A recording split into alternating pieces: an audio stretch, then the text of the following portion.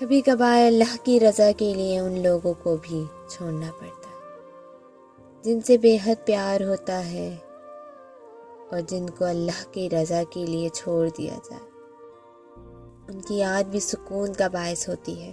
جب یقین اللہ پہ ہو تو آزمائش نہیں ستاتی، اور جب امید اللہ سے ہو تو انسان بے خوف ہو جاتا ہے۔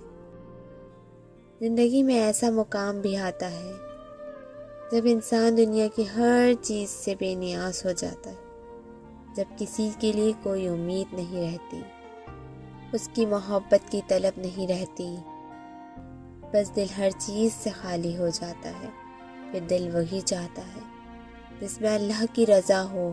سب امیدیں اللہ سے لگا دی جاتی ہیں، ہر وقت کا فیصلہ اللہ پر چھوڑ دیا جاتا ہے، زبان خاموش ہو جاتی ہے، لفظ روٹھ جاتے ہیں، پھر صبر کا سفر شروع ہوتا ہے اور تقدیر بدل جاتی ہے۔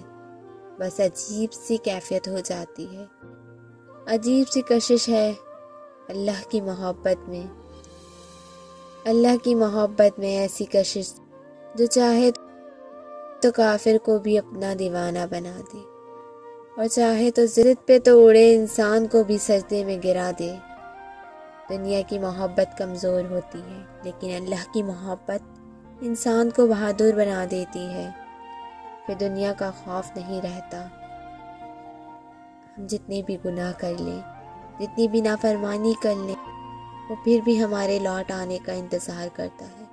وہ جیسے چاہتا ہے اپنی محبت کے رنگ میں رنگ دیتا ہے۔